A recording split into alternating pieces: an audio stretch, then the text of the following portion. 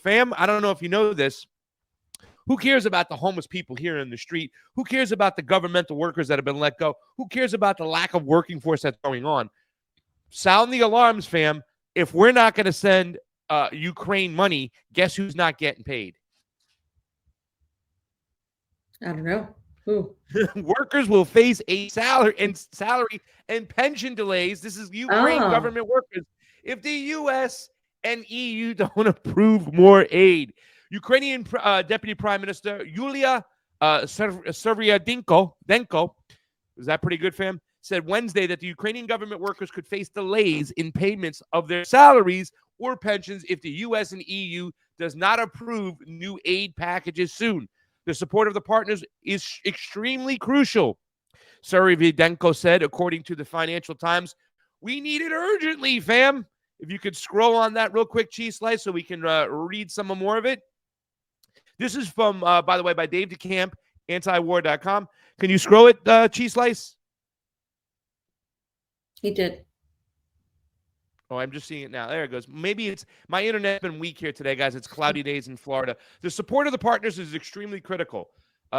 Serviadinko said, according to the Financial Times, we need it urgently. The U.S. has been funding the Ukrainian government with tens of billions of dollars through a form of assistance known as direct budgetary aid, which pays for government services and salaries and subsidizes, small businesses. Listen to this, ladies and gentlemen. You get nothing here at home. You get ugats. You get fuck you. You get zero, zip, zilch. Small businesses are closing left and right. Inflation is off the charts. Even though they're bragging about inflation stopping, famine, it's coming down a little bit. Gas is still 40% more than it used to be. Groceries are so much more than it used to be. Didn't you say, fam, the other day you went to the supermarket and you saw eggs at a ridiculous price? Yeah, I mean, I didn't know about this until you put this up, and this is insane that Ukraine gets subsidized small businesses and the United States is getting like small businesses closing left and right because they don't have the support of the government or any sort of infrastructure there that's set to support them, especially with how high inflation is and how especially the high cost of goods. Everything is so expensive. I can't stress that enough. Living in Moscow, and Moscow is not a cheap city in general. It was never a cheap city. And coming here and seeing the difference in cost, it's insane, really. Even if people get paid more here than they do in Russia, it doesn't matter because you can't afford anything. I'm having a hard time seeing like the LA prices here and even in Florida compared to what they were a few years ago when people are still making the same Florida salary. I don't understand how people live. Like, it's insane. Yeah. The next sentence really quickly, but the aid has all but dried up as Congress has yet to approve the over $60 billion President Biden is seeking to fund the proxy war in Ukraine and prop up the Zelensky government, which is very important. Thank you, Dave DeCamp, for putting this out. Dave DeCamp was on the show last week. It's a proxy war. So you got to ask yourself why. We're going through all these measures right now. We're taking money out of the pockets of Americans, everyday Americans, as the homeless number is driving up, as small businesses are continuing to close, as home ownership for our generation is all but, non-existent. We're funding all these people in Ukraine, their governments, small businesses over there, and they're going to tell you we have to fight for democracy. I mean, fam, the only thing that comes to my mind right away, and maybe I'm overreacting, pitchforks. What do we have to do? How often? How much? How do we get screwed so friggin' hard? And there's other governments pulling away from this now, right? The EU is having a hard time. They've been trying to push through a 50 billion euro aid package for Ukraine that would be dispersed over 4 years, but has been vetoed by Hungary. And now you got Poland coming to the table going, nuh-uh. You got the president of Poland who's already aligned himself with Viktor Orban, who is the president of Hungary, to say, we're not going to do this no more. To say, hey, man, we might help out with some aid because we do feel sympathetic for those Ukrainians out there. And we're going to show a video of the graveyards when a woman's walking through with all these Ukrainian soldiers. Fam, did you know the average age of the Ukrainian soldiers? You probably do. You probably told me because I get a lot of my information about this region from you. But the average age of the soldier in Ukraine is like 43 years old. Mm-hmm. Yeah. That's not old. So here's the question. It's old to be a soldier. Soldiers on the front line are 18, 19, 20, 21. Yeah. You know what I'm saying? Maybe 22. It's old for soldiers on the front line. The fact is that they have wiped out a whole younger generation. That's why when a lot of those truthers, when they speak about this, fam, they often mention about the Malthusiasts who are running the globe because they want to get people gone. They want them out, you know? So here's a way to do it. War is a great cleansing process for the useless eaters that they hate us all. You know what I'm saying? And you know the funny thing about this, fam, sometimes I think we hear so little people crying. I think there's like a lot of people in Congress, a lot of those Democrats, those people, some of those people who like the Barbara Lees, the squads, they don't stand up for this, fam. Maybe because it's a bunch of white people dying. I don't know. Could that be something there that maybe I'm just saying that they can get away with this, that they can't play the culture war game, that they can't play the race card? It's just a bunch of white people killing themselves. Who gives a shit? Because there's not one Democrat in Congress, in the Senate, that's willing to say no more aid to Ukraine. Not one, fam. I think it's more about the Russophobia in the Democratic Party and how they hate Russians and how they've always hated Russians. And then that's why you have like the neocons going right in line with the Democrats. I mean, if, you know, like I think it's more about that because that's literally their bread and butter is the whole Russiagate and the anti-Russian fervor. They have to condemn Putin. They have to blame everything on Putin. And so I think that's why you see all the Democrats uniting against the thought of not helping Ukraine by continuing this war is, oh, well, then you're helping Putin. I think that's the thought process that's actually behind what they're doing. I think it's a little bit of A and a little bit of B. I think I'm on to something over here. I think it's a bunch of white people dying, so I don't have to say anything. I think their constituents and their base would be saying stuff a little bit more. You know what I'm saying? Like the ethnic cleansing that's going on in Gaza. It's very easy to say that because there are brown people dying. But if it's they don't admit that there's an but they don't admit that there's an ethnic cleansing. There's not an ethnic cleansing, though. Ukraine is literally putting their people to fight Russia. And Russia's saying, hey, we'll stop fighting. And these are soldiers dying. It's not just Ukrainian civilians. These are soldiers. The problem is Ukraine is forcing people to go fight. They're literally going after them and forcing them. But that's not on Russia and it's not on anybody else. It's literally on Ukraine doing it. They don't have to do Ukraine it. Ukraine is a proxy of the United States now, right? I mean, the Ukraine is not Ukraine. Ukraine is the United States. We've known this since 2014. We have a phone call to prove it. Victoria Nuland, who, as soon as the Biden administration got back in power, got a job back, got promoted. By the way, it says EU officials are set to meet on February 1st to try to push through the funds again, but it's unclear if Budapest will approve. They will not approve. And that's the thing is that here's the kicker. I believe there's more of a chance of America approving of this because of this next line. Republicans in Congress are holding out on approving the new spending on the Ukraine war until Democrats agree to significant changes to the border policies and immigration laws. Senate negotiators failed to reach a deal before the holiday recess and will be returning to Washington until after the new year. Here's the thing, fam. I put out a tweet about this before I took up a poll. I said, what percentage of you think of Republican voters, the people out there, the everyday people, that they'll be okay? They'll turn a blind eye, fam, to us sending more money to Ukraine as long as they get money for the border. They'll be like, because the politicians are going to say this, like, if a voter cornered a Republican who was against sending money to Ukraine, but then eventually does this, I didn't want to send money to Ukraine, but we got all this money at the border and we have an invasion at the border, so we had to make, some compromises. Do you think there'll be a lot of Republican voters who will be okay, fam, with us sending money to Ukraine as long as they get money at the border to stop those terrible Latino people from coming in?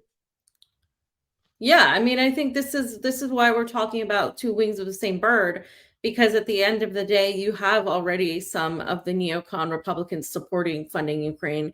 You already have that. So all you need is to convince the ones that are more about fiscal spending, but fearmonger them about the border crisis. And so then they're just going to be like, okay, well, if you give us money for the border, fine, you can get some of your billions to Ukraine. But I think that's what it's going to come down to. None of them really stand up for what is right based on what is actually beneficial to the people. It's all about what's beneficial to whatever interests they have.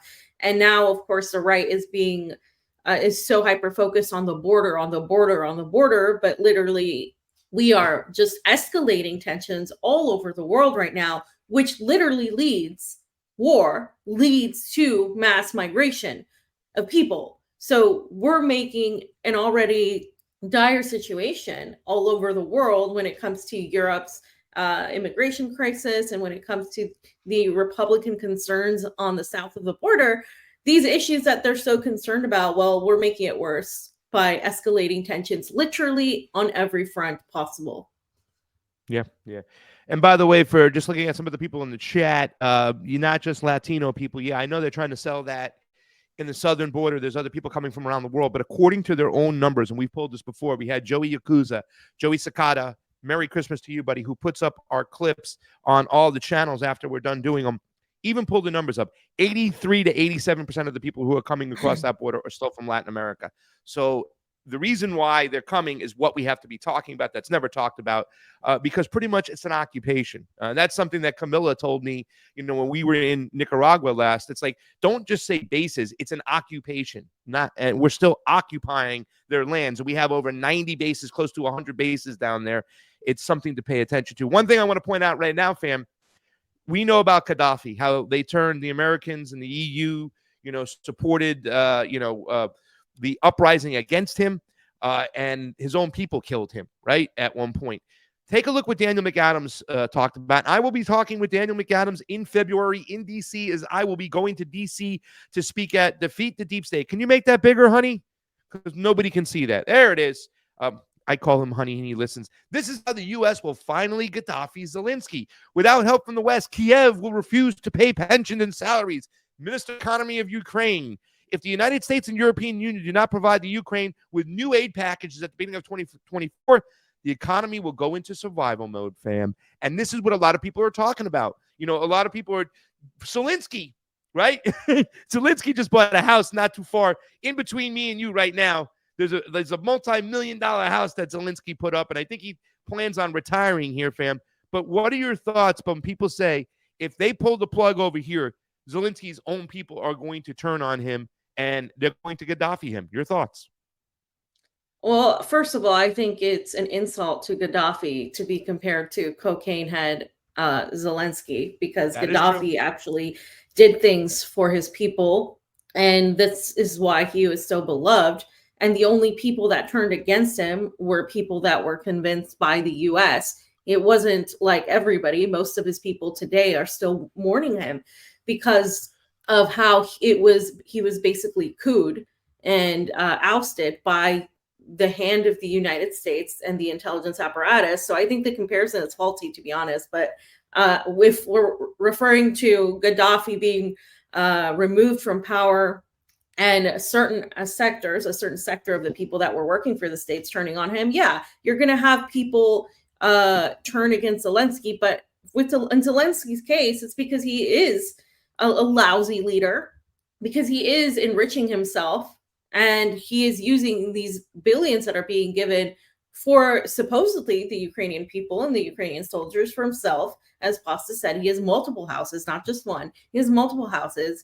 And people are already turning on him because he has been ineffective, because they see him as really corrupt, as not being able to handle what's going on. They see him as a puppet, his own people. So at the end of the day, I think that what we're talking about here is Zelensky being replaced. He's going to be replaced. I don't think he's going to be necessarily killed in that manner. I think somebody might try or whatever to get rid of him, but I think more than anything, he's going to be replaced by one of his major lieutenants or the major generals in the Ukraine war. And he's going to basically be the fall guy for the failure of the Ukraine war. And that's how it's going to be. We're already seeing the mechanisms behind the scenes of how he's being snubbed, of how he's not taken seriously. He's not being invited places. So yeah, as much as he won the Time Person of the Year, whatever award he won It doesn't matter because they'll turn on him when they're done with him. And he is as disposable as just anything that goes in the trash. So that's really where we're going. He's going to be replaced more than anything, I think. Fam, I put up a clip of a woman walking through the mass graves of the Ukraine. I know that there's a lot of stuff going on in Israel, Palestine, and that is, eclipsed everything that's going on in the news. I talk about what's going on in Hawaii. I stay close to Hawaii. I talk to people over there. It's really sad because a lot of them feel like people have forgotten about what's happened on Maui.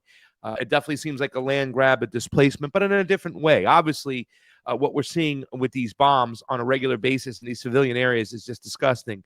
But a lot of people do forget that the fact is that almost 500,000 soldiers in Ukraine have been slaughtered, killed, and it's just really, really sad.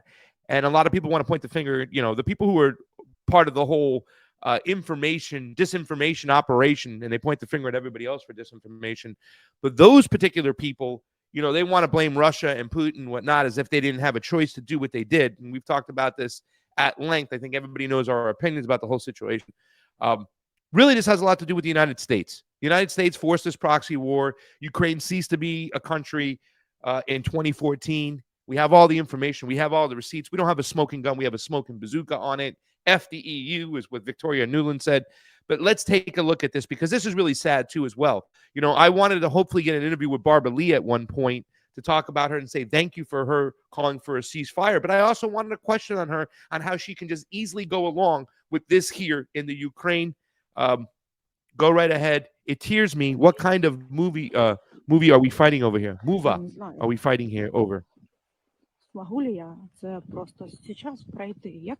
Як вообще у когось язики поворачуються? Люди, одумайтесь, воно буде в 10 разів більше. І це одно із кладбищ Харкова. Їх куча. Дуже багато, великий город, дуже багато кладбищ. Cemeteries, there's a lot of them. Look at those flags, fam. These are dead Ukrainian soldiers, dead Ukrainian. I want to say citizens, because like you talked about, a lot of these people were forced to fight. They didn't want to fight. We're just grabbing them off the streets. Oh, my Lord, Zelensky. Look how big it is.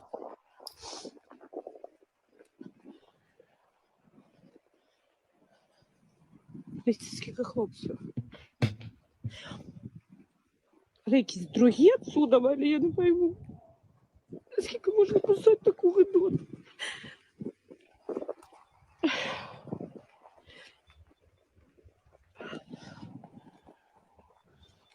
Сейчас попробую так пройти, щоб просто подивилися. Now I'm going to walk like this. Конец, де тут край? I don't know where it ends.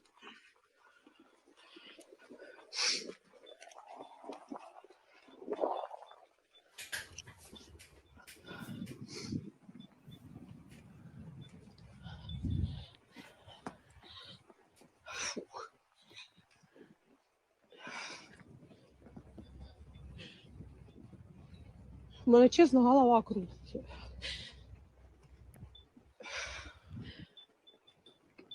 Я не знаю, як це все обійти. Просто так.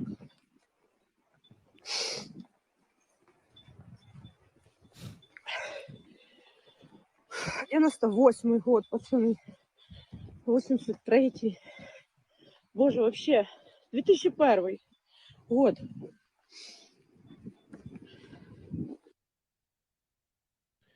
There it is, fam. I mean, that is just horrifying. It never ends. She said there was many other towns like that. Wow. I mean, this is sad. This is a crime against humanity. And then they pivoted right on over to Israel, Palestine. I mean, the globalists or whoever's running this place, the ruling class, whatever you want to call them, truly disgusting. Truly disgusting. And I don't know if they'll ever pay a price. Yeah, I mean, it's the U.S., but also a lot of the Ukrainian people were in favor of the Ukrainian government, unfortunately, was in favor has been in favor of sending all these people to die in a war they know they can't win, getting money from the United States to do their bidding, to turn Ukraine into another front, just like they turned Israel into a front for the Middle East. They want Ukraine to be this front against Russia. That's all it is to them. It's mechanisms, it's movements, it's objectives. It's not about people dying. They don't really care. And again, I think what's happening in Palestine is absolutely incomparable to anything, because again, these people are civilians in houses, in schools, in hospitals. They didn't, put on a uniform to go fight against Israel. They have been fighting for decades and decades and decades of not just occupation, but apartheid. And that is a fact. This is not my opinion. That is a fact. And people need to stop differentiating, start differentiating between opinions and facts. The fact is the United States entered this proxy war with Ukraine, and they are guilty of all of these deaths that we're seeing. It is not an opinion. It is a fact. We can trace this with documents. We can trace this with history. This is not up for debate. And so what we're seeing here is that we bring the United States government and the military intelligence apparatus brings the most death and destruction all over the world. Yeah.